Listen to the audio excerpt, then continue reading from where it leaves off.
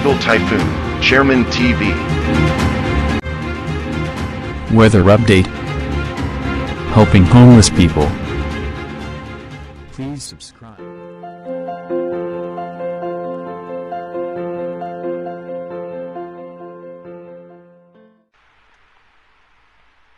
Magandang umaga po. Ito po ang latest update natin ngayong araw, May 19, 2024.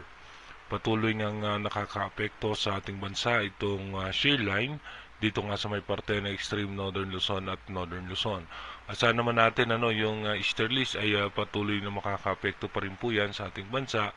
At yung minomonitor nga po nating low pressure area na nasa labas pa rin ng Philippine Area of Responsibility. At ayon nga sa latest update ng Advanced Weather Forecast ng European Center, nagbago nga na naman yung posibleng magiging direksyon nitong nasabing posibleng bagyo na papasok po yan sa ating PAR bilang isang low pressure area.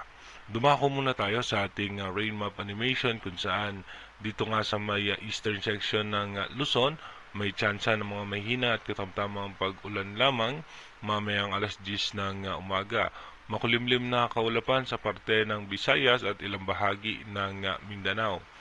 Pagdating naman po ng alas 2 ng hapon, may tsansa po ng mga pagulan ang ilang bahagi ng Luzon at makulimlim na kaulapan kasama po dyan ng Metro Manila, Bicol Region at ang Mindoro Provinces. Pagdating naman po ng alas 4 ng hapon, may tsansa ng mga biglaang pagbuhos ng malalakas na pagulan sa parte ng Luzon.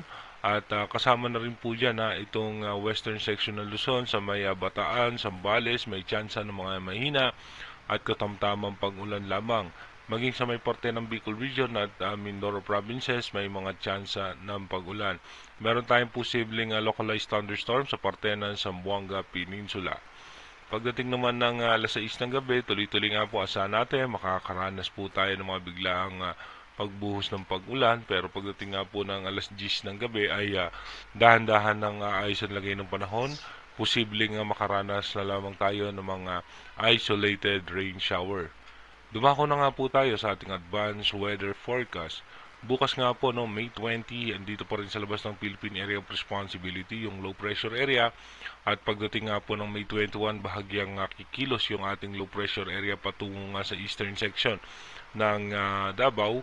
At pagdating naman ng May 22, nasa labas pa rin po yan ng Philippine Area of Responsibility. At pagdating naman po ng May 23, ito po ay nakapasok na ng ating bansa as low pressure area.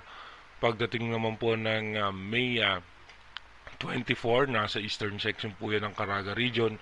At magdadala po yan ng pagulan sa Mindanao at maging sa parte ng Visayas as low pressure area. Pagdating naman ng May 25, halos sa malaking bahagi o halos buong bansa ay makakaranas ng pagulan dahil nga sa low pressure area. Dahil andito po yan sa may eastern section ng Visayas.